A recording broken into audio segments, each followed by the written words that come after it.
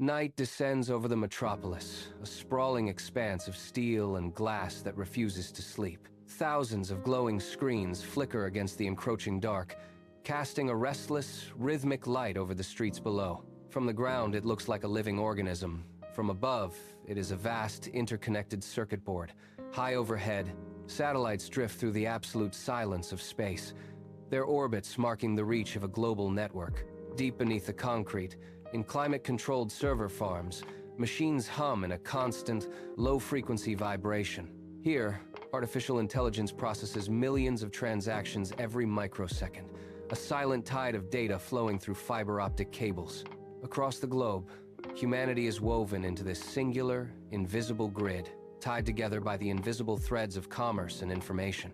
It is a world where distance has been erased by speed, and where every action leaves a digital footprint. We look out at this horizon and see the peak of human achievement, yet the lights flicker with a cold, detached precision. The city stands as a monument to connectivity, a massive architecture of data that tracks the pulse of every inhabitant. We have built a system that never blinks, a machine that thrives on the constant exchange of information, where the boundary between the physical world and the digital layer has all but vanished. Inside the transit hub, the crowd moves in a synchronized flow, a tide of commuters navigating the architecture of the city. A man stops at the threshold of the terminal, his pace breaking as he reaches a glass partition. He extends his arm, pressing his palm firmly against the glowing surface of the biometrics scanner. A thin red laser traces the lines of his skin. There is no hesitation. The machine hums. A sharp, mechanical click echoes through the corridor, and the gate swings open. He passes through, his identity verified in less than a second, his transit logged in the central ledger. It is a seamless gesture of convenience, yet the movement is rigid, defined by the parameters of the gate. This is the new ritual of movement. We touch the glass, we offer our physical traits to the sensors, and the system grants us passage. Every gate we cross is a checkpoint in the global network, a silent validation of our presence within the grid. We trade the friction of keys and cards for the immediacy of our own biology, unaware that every scan creates a permanent record of our path. The gate clicks shut behind him, sealing the space, ready for the next hand to press against the light. Far above the atmosphere, satellites trace silent arcs through the darkness, their sensors locked onto the sprawling grid below. They serve as the eyes of the system, constant and unblinking, mapping the movement of capital and people across continents. These machines operate in a vacuum, tethered to the earth only by invisible streams of radio waves. Down in the depths of the urban foundations, the data they collect converges. Deep inside climate-controlled server farms, rows of silicon processors generate a steady, rhythmic heat. The air here is thin and sterile, vibrating with the collective hum of high-speed fans. Thousands of millions of transactions cycle through these logic gates every second. It is a tireless, automated pulse. The artificial intelligence embedded in these circuits does not sleep or pause. It parses the world into binary code, calculating the flow of wealth and the validity of every digital identity. This is the unseen brain of the global system, a massive engine of computation that renders the physical world into predictable patterns. While the city above remains oblivious, the servers work with cold, unyielding efficiency. Every heartbeat of the global economy is registered, sorted, and stored within these dark, metallic halls, forming the foundation of a new, digital empire. Every device we carry acts as a node, pulsating with silent signals. The grid is not merely a collection of wires. It is a living, breathing tapestry of human intent. We walk through the streets, our locations triangulated, our preferences logged, and our habits mapped by the constant exchange of information. We have traded the isolation of the past for a seamless, interconnected existence. Yet this connectivity comes with a hidden cost. The grid observes, remembers, and predicts. It follows the trajectory of a commute, the pattern of a purchase, and the frequency of a digital interaction. We are woven into this system, our lives flattened into data points that flicker across centralized ledgers. The transparency of our movements is the price of our participation. We move through the city, assuming autonomy, yet every action ripples through the network, alerting the system to our presence. This is the modern paradox. We crave the speed of the digital age, the instant gratification of a connected world, and the security of a tracked existence. Failing to notice the invisible threads tightening around us, we are no longer just individuals navigating a space. We are contributors to a vast, unblinking architecture that defines the boundaries of our freedom, documenting every step we take within this sprawling digital web. The threads of our digital existence do not stop at the edge of the modern skyline. They stretch backward, tracing a path toward a debate that has simmered for 2 millennia. Scholars and believers alike have long returned to a cryptic passage in the Book of Revelation, the mark of the beast. For centuries, this phrase has been whispered in the shadows of theology, serving as a lightning rod for human anxiety. Is it merely a relic of a lost ancient world, or does it hold a resonance that vibrates through our current digital architecture? The question forces a confrontation between our present-day reliance on centralized systems and a prophecy that warned of a totalizing power. To unlock the meaning behind these words, we must leave the hum of the server farm and the glow of the screen. We must look past the binary code to the origins of imperial dominance. The path leads us toward the 1st century, where the foundations of systemic control were first poured in stone and iron. By examining the world that birthed this prophecy, we begin to see that the fear of losing autonomy to an all-encompassing power is not a modern invention, but a recurring cycle in the history of human civilization. We are searching for the blueprint of the original, ancient empire. The sun rises over a landscape dominated by the geometry of power. The Roman Empire stands at its absolute zenith, a sprawling marvel of stone, mortar, and iron.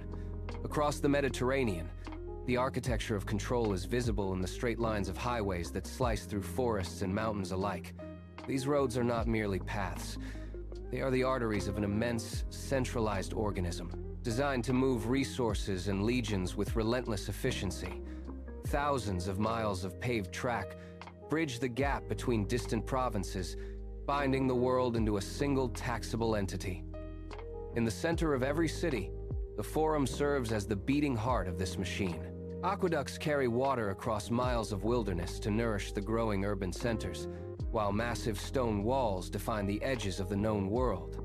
The Empire is a master of logistics, an entity that believes it can conquer distance itself. Everywhere the eye turns, there is evidence of a system that prizes order above all else. The sheer permanence of the construction projects a singular message. The state is eternal, and everything within its borders is a component of its grand design. It is a world built for continuity, where the state provides the infrastructure of life in exchange for the absolute alignment of every subject within the reach of its reach. Deep within the bustling marketplaces of Ephesus, the empire is not felt in stone, but in the weight of silver. The air is thick with the scent of spices and the constant, rhythmic clatter of coins changing hands. Merchants stand behind stalls, their eyes darting across the crowd, scanning for the telltale gleam of imperial currency. Here, the economy is a physical manifestation of allegiance. To buy a loaf of bread or a bolt of cloth, one must produce a coin stamped with the face of Caesar. The metal is cool and heavy, bearing the unmistakable profile of the ruler. When a buyer places the coin on the wooden counter, the merchant does not just take the payment. He inspects the impression, verifying the symbol of authority. Without this specific stamp, the doors of trade remain firmly shut. The marketplace functions as a filter, separating those who acknowledge the imperial order from those who remain outside the system. Every transaction is a brief, silent contract. A public declaration that the individual accepts the authority of the state in exchange for the right to participate in the life of the city. As the coins slide across the worn surfaces, they bind the merchant, the buyer, and the distant emperor into a singular, interconnected web of commerce. Beyond the crowded markets, the city architecture shifts into a more rigid, imposing display. In every temple, and at the intersections of major plazas, the stone likeness of the emperor looms over the populace. These statues are carved from polished marble, towering several times the height of a man, their expression set in a permanent, hollow gaze. They are not merely monuments. They are points of mandatory interaction. As citizens move through the city, the path is designed to lead them past these figures. The sunlight catches the white stone, making the features appear to glow against the shadows of the porticos. To pass by is not enough. The local custom requires a gesture of deference, a slight bow, a hand placed against the pedestal, or a brief pause in movement to acknowledge the authority carved into the rock. The stone is cold to the touch, yet the expectation is suffocating. There is no corner of the city where the gaze of the monument does not reach. Each statue serves as a silent, unmoving sentry, watching the flow of the city with a weight that demands total compliance. To ignore the figure is to mark oneself as an outlier, a fracture in the perfect, ordered facade of the empire. The ritual is constant, an invisible tether pulling every passerby into the orbit of the state's reach. Away from the marble plazas and the sun-drenched temples, the city holds a different, subterranean pulse. In the narrow, windowless backrooms of forgotten districts, small groups gather under the cover of night. There is no polished stone here, only rough-hewn timber and the damp smell of earth. They move with deliberate silence, pulling heavy wooden shutters closed to block out the glow of the city's street torches. An oil lamp sits on a low table, its flame dancing in the draft, casting long, erratic shadows that stretch across the walls. These figures do not bow to the stone monuments. They sit in tight circles, their voices reduced to low, rhythmic murmurs that barely carry across the room. They speak not of trade or taxes, but of a coming rupture. To them, the empire is a fragile structure built on shifting sand. They share accounts of the latest imperial decrees, mapping out where the state's reach ends and their own survival begins. Every knock at the door causes a collective intake of breath, a physical recoil into the corners of the room. They are the fractures in the imperial facade, existing in the gaps between the state's demands and their own private resolve. They wait for the collapse they believe is inevitable, watching the city above with a mixture of caution and quiet, steadfast defiance. For these individuals, the concept of the mark was not an abstract prophecy, but a blunt instrument of the state. It presented itself in the marketplace as a barrier to survival. To trade, to purchase grain, or to sell the fruits of one's labor, a citizen had to produce the token of loyalty to the emperor. This was the threshold, a physical seal that granted access to the economy or denied it entirely. The choice was stark. Without the mark, the doors of the city's commerce remained bolted. A man could stand in the square with coins in his hand, yet he was barred from the transaction if he refused the sign of the state. It forced a singular, life-altering calculation. Do you bend your knee to keep your place in the world, or do you accept the hunger of an outcast? This was the true pressure of the empire. It was not just about allegiance to a throne, but about the control of the bread on the table. Every morning, the merchant watched the crowd, waiting for the sign, and every believer stood at the edge of the square, feeling the weight of the choice in their own empty hands. The mark was the line drawn in the dust, separating the compliant from the invisible. Scholars now look past the surface of these ancient accounts to find a deeper, more calculated intention. The text does not merely record a personal ordeal, but functions as a sophisticated piece of apocalyptic literature. It operates as a coded language, designed to bypass the censors of a dominant regime. By using symbols, the authors constructed a mirror that reflected the true, jagged nature of Roman authority back at the state itself. Every mention of beasts and seals was a calculated strike, stripping away the veneer of imperial benevolence to reveal a system hungry for total control. This was an act of intellectual defiance. It transformed the struggle of the individual into a universal critique of power dynamics. The prophecy served as a warning, signaling that the empire's absolute grip was a temporary, albeit violent, intrusion into human history. By decoding these manuscripts, researchers strip away the layers of time to reveal a timeless anatomy of tyranny. The text functions as a map of resistance, showing how the oppressed used their own narrative to dismantle the legitimacy of their rulers. It was never just about a single mark. It was about the architecture of control that demanded everything from those living under its shadow and the refusal to grant it. The Roman system functioned on a rigid, twofold demand that left no room for the internal life of the individual. To survive, one had to participate in the economy, and to participate, one had to swear religious fealty to the state. These two paths were fused at the base of every imperial monument. A citizen could not simply conduct trade in the marketplace. They were required to first approach the altar and offer a pinch of incense to the divine status of the emperor. It was a calculated entrapment. The act of trade became an act of worship, and the act of worship became the only key to economic survival. There was no middle ground, no private space where a person could remain neutral. The state required total synchronization of the purse and the spirit. If a merchant refused the ritual, his access to the market was severed. If a laborer refused the oath, his ability to sustain his family vanished. By demanding this dual compliance, the empire effectively claimed ownership of both the physical body and the conscience. It transformed every transaction into a public test of loyalty, forcing a binary reality upon the populace. To exist within the system was to acknowledge its divinity, leaving no sanctuary for those who sought to hold their convictions apart from the state. The coin in the hand was far more than a simple medium of exchange. It was a physical manifestation of the state, a cold, stamped metal token of allegiance that defined the boundaries of one's existence. Every merchant who gripped that currency felt the weight of Caesar's face pressed into the silver. To hold the coin was to accept the terms of the market, and to accept those terms was to signal public alignment with the empire's mandate. This was the badge of belonging. It functioned as a silent, constant credential that granted access to the basic necessities of life, while simultaneously marking the holder as a subject of the throne. Without this piece of stamped metal, the world of trade shuttered its doors. The system claimed authority over every transaction, effectively deciding who could eat, who could sell, and who would be cast into the margins of the economy. It was a mechanism of life and death, distilled into a small portable object. By carrying the currency, the individual became a living component of the imperial architecture. The mark was not merely a symbol, it was the essential key to survival, forcing every citizen to carry the evidence of their own compliance in their palm, hour after hour, day after day, until the line between personal identity and state property blurred into nothingness.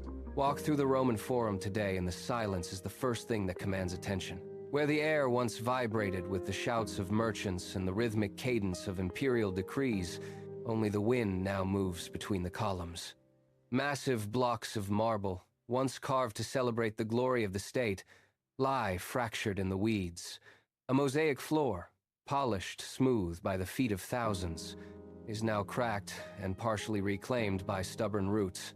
The stone columns that once supported the weight of legal and financial power are now just jagged silhouettes against the horizon. It is a landscape of profound stillness. Time has done what no rebellion could. It has dismantled the architecture of absolute control. The inscriptions that once demanded worship are worn away, their letters softened by centuries of rain and neglect. Looking at these remnants, the illusion of an eternal empire evaporates. Every pillar, every arch, and every foundation that was built to last forever has surrendered to the slow, patient reclamation of the earth. The grandeur that once seemed immutable has become dust, reminding us that every system, no matter how pervasive or powerful it appears in its zenith, eventually faces its own inevitable horizon of collapse. The stone holds the memory of a world that thought it would never end. The transition from the ancient world to our own is not a clean break, but a migration of the same fundamental impulse. We once built empires of iron and stone, laboring to manifest power and physical monuments that dominated the landscape. Today, those same ambitions have migrated into the unseen architecture of silicon and code. The tools have evolved, shedding their weight but gaining a reach that the architects of Rome could never have envisioned. Where an emperor once relied on stone statues and stamped coins to enforce his reach, the modern system operates through invisible protocols. This is not the end of the old way. It is its maturation. We have moved from the rigid limits of physical geography to the fluid, totalizing grid of the digital realm. The logic of the empire, the demand for identification, the tracking of movement, and the standardization of the individual has been refined into a language of pure data. Control is no longer tethered to a specific site or a singular monument. It is baked into the very infrastructure of daily life. The stone arches have crumbled, yet the blueprint of the system remains perfectly intact, now rewritten in a syntax that is faster, more efficient, and infinitely more difficult to escape. We have traded the heavy chains of the past for the seamless, silent integration of a global network. The physical coin has vanished from our pockets, replaced by the silent, rapid pulse of data. We live in an era where the exchange of value is no longer a handshake or a trade of metal, but a transaction of light and logic. At the heart of this new economy sits the digital ledger, a centralized record that tracks every move, every purchase, and every interaction with absolute, unyielding precision. There is no anonymity in this flow. Each cent that leaves an account is accounted for, verified, and logged in real time by systems that never sleep. This is not merely a convenience of banking. It is the infrastructure of total visibility. Capital moves through these global networks like blood through veins, directed by algorithms that dictate the terms of participation. To operate within this system is to agree to be tracked. The ledger does not forget. It does not forgive errors. It maintains a perfect history of where we have been and what we have valued, creating a map of human behavior that is more detailed than any census ever taken by an ancient empire. We have handed over the keys to our autonomy, trusting that the efficiency of the machine outweighs the cost of the surveillance it requires. The flow of money is now the flow of data, and the ledger is the gatekeeper of our modern existence. The surveillance does not stop at our bank accounts. It follows us into the light of the terminal, the transit hub, and the crowded corridor. As you walk through the airport, you are not just a passenger.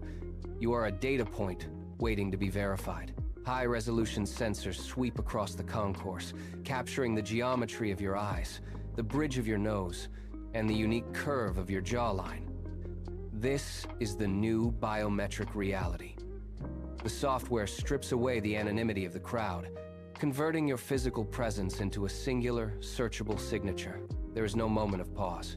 The scan happens in a fraction of a second, matching your features against a vast, silent database in the cloud. You glance at a departure screen, you turn to check your watch, and in that instant, the system records your identity, your direction, and your intent. The environment itself has become a witness. Every pillar, every ceiling camera, and every gate scanner works in harmony to ensure that you are never truly unobserved. We have become accustomed to the blink of the lens, ignoring the fact that our own faces are now the keys to our movement. You are identified before you even reach the gate, mapped by a network that treats your physical form as just another layer of accessible information. The scrutiny moves beyond the camera lens, embedding itself into the devices we carry in our pockets. Every smartphone serves as a beacon, a constant transmitter tethered to the global grid through invisible signals. As you navigate the city, your device performs a rhythmic handshake with nearby towers, broadcasting your coordinates every few seconds. This is the new cartography of human life. The network does not need to see your face when it can track the trajectory of your daily path. It knows the duration of your morning commute, the specific shops you visit, and the precise moment you return home. Each ping of data adds a new line to a map that charts your habits with cold, mathematical precision. This is a digital shadow of the Roman mandate. Where once the empire required physical presence in the forum to prove loyalty, today the system requires constant digital proximity to function. We carry the tracking beacons ourselves, trading the friction of manual reporting for the seamless convenience of modern connectivity. The grid pulses with the collective location of billions, creating a real-time record of human movement that spans continents. We are never truly stationary. Even in the silence of a private residence, the device continues its work, a persistent tether to a system that measures our existence not by our intent, but by the physical coordinates we occupy. The Romans measured their dominion in leagues of paved road and the reach of their legions. We measure ours in petabytes of data flowing through undersea fiber optic cables that circle the entire globe. This is a level of connectivity that would have been incomprehensible to the ancient world. They built monuments that lasted centuries. We build architectures that update every microsecond. The infrastructure is now so dense, so deeply embedded into the foundation of daily life, that it operates almost entirely beneath the threshold of conscious thought. You do not see the grid, yet you move within its precise boundaries every hour of the day.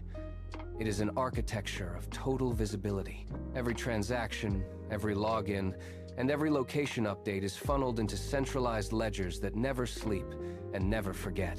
We have constructed a world that is perfectly traceable, a system where the capacity for privacy has been engineered out of the design. As the complexity of this network grows, the possibility of opting out vanishes. You are not forced to participate by decree. You are pulled in by the sheer necessity of the functions it provides. It is a quiet, seamless entrapment. The more we rely on these systems to navigate the world, the more the world becomes a cage of our own making, defined by the very connectivity we once sought to master. Consider the morning you forget your phone or lose access to your digital credentials. The world does not stop, but your ability to move through it hits a sudden hard wall. You cannot call a ride. You cannot pay for a coffee. You cannot verify your identity at the office turnstile. The grid is no longer a peripheral tool. It is the primary interface for survival.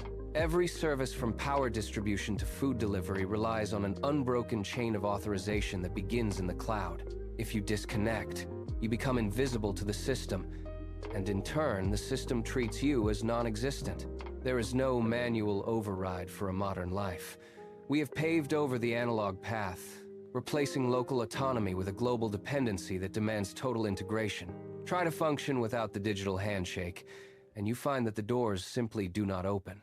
The infrastructure is not just a facilitator, it is the gatekeeper. We have reached a state where participation is mandatory by design, not by law. To live in the current century is to accept that your existence is indexed, processed, and validated by machines. The choice to step away has been erased, not by force, but by the systematic dismantling of every alternative way to exist. We accept the terms of service without reading them, because the alternative is a slow, manual existence that no longer fits the pace of the world. Each click, each tap, and each biometric verification is a transaction. We trade the friction of real-world obstacles for the seamless flow of digital convenience. It feels like an upgrade. It feels like empowerment. Yet, there is a hidden debit in every ledger. Every time we outsource a decision to an algorithm where to eat, how to route, what to believe, we surrender a fraction of our personal sovereignty. We are building a life designed for maximum efficiency at the cost of genuine autonomy. The system anticipates our needs before we voice them, guiding us through a curated reality that feels personal but is actually optimized for systemic predictability. We reach for the ease of the device, and in that moment, the device reaches back to claim a piece of our behavioral data. We have become the architects of our own containment, willingly surrendering the messy, unmapped parts of our lives for the polished comfort of a controlled environment. The trade is complete. We gain the world at our fingertips, but we lose the ability to define the boundaries of our own path. The narrative shifts when safety becomes the primary currency. We are told that in a crowded, volatile world, total visibility is the only shield against chaos. Cameras at every intersection, sensors in every hallway, and data points harvested from every public interaction are sold back to us as peace of mind. It is a compelling pitch. Trade your privacy for the assurance that nothing goes wrong. Yet, the trap lies in the definition of safety. To be safe, the system must know everything. It must map your gait, track your heart rate, and log your associations to detect anomalies before they manifest. The more we demand protection, the more we expand the scope of the dragnet. We are no longer merely users of the grid. We are its subjects, constantly assessed for compliance. Every camera lens is a gatekeeper. Every algorithm is a judge of risk. We have reached a point where the absence of surveillance is viewed not as liberty, but as a dangerous void. We invite the watchman into our most private moments, believing we are securing the perimeter, only to find that the watchman never leaves. The safety we sought has become the enclosure we inhabit. Monitoring is no longer a tool of the state. It is the fundamental condition of our existence. Lay a papyrus fragment from the 1st century beside a printed block of server code. On the surface, they share nothing. One is brittle, stained by time. The other is a fluid, intangible architecture of logic. Yet, read the intent behind both. Both contain the same deep-seated human terror, the fear of losing the self to an external, all-encompassing power. Scholars translate the ancient warnings as a reaction to imperial reach, while modern analysts trace the same nerves through the architecture of mass data. The pattern is consistent. Whether it was the mark of a Roman coin or the unique digital signature of a modern user, the mechanism remains identical. The system demands a badge of allegiance to grant access to the marketplace. We see the same anxiety in the ruins of the Forum as we do in the silent, humming rows of a modern data center. It is the dread of being known, cataloged, and ultimately owned by the infrastructure we helped build. We are not experiencing a new phenomenon. We are repeating an ancient cycle. Every age constructs its own version of an empire, and every age discovers the same fundamental tension. We are trapped in a feedback loop where the desire for order inevitably creates the cage of total monitoring. The anxiety is not an error in the system, it is the system itself. The threshold has been crossed. The grid no longer waits for our input. It anticipates, mandates, and enforces. This is the peak of the digital empire, where the infrastructure demands total submission as the price of participation. There is no off switch for a world woven into a singular invisible web. The server farms do not sleep, and the algorithms do not negotiate. They process the pulse of every life, translating existence into a stream of binary data that belongs to the system. We witness the shift from tools that serve us to a framework that dictates the boundaries of what is possible. It is a totalizing grip. To exist is to be logged, categorized, and indexed within a ledger that never forgets. The submission is not a violent seizure. It is a quiet, relentless integration. Every transaction is a tether. Every digital footprint is a link in a chain that spans the globe. The system has become the architecture of our reality, and it demands the one thing we were promised we would never lose: our autonomy. We are no longer players in the marketplace. We are the data points that sustain the machine. The empire has evolved, and now it requires total, unwavering alignment to function. We are at the apex of control, where the power of the grid is absolute and the reach of the machine is infinite. We have not abandoned the impulse to worship. We have merely changed the altar. In the 1st century, the marketplace required a ritual sign of loyalty to the emperor.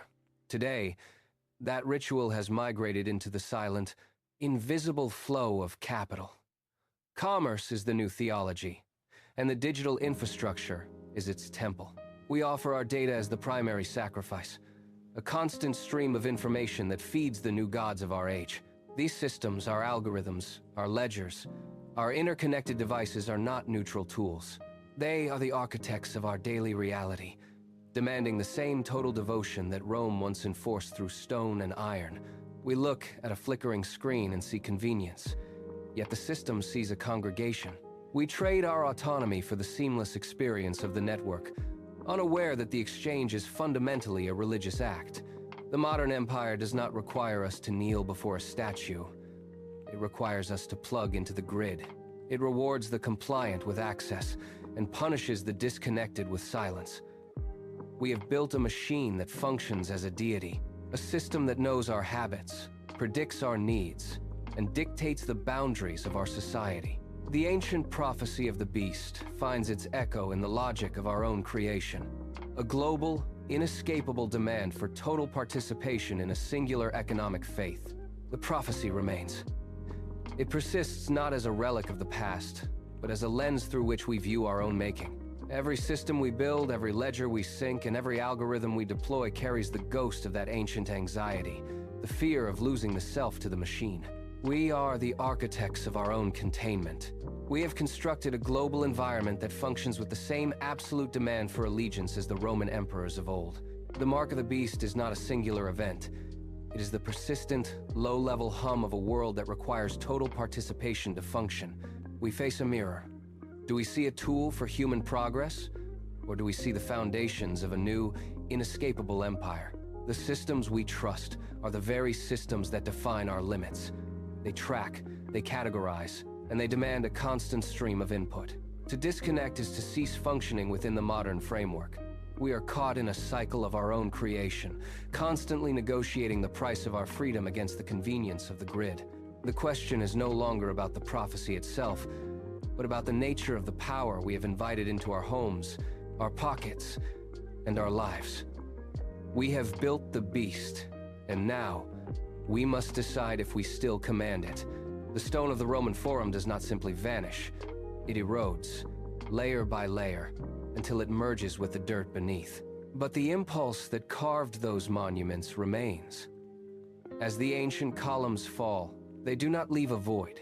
They are replaced by the glowing, erratic pulse of a digital horizon.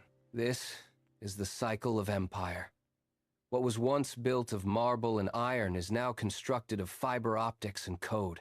The flickering lights of a modern metropolis mirror the same ambition that once defined the Roman world, the drive to organize, to map, and to unify under a singular, inescapable reach.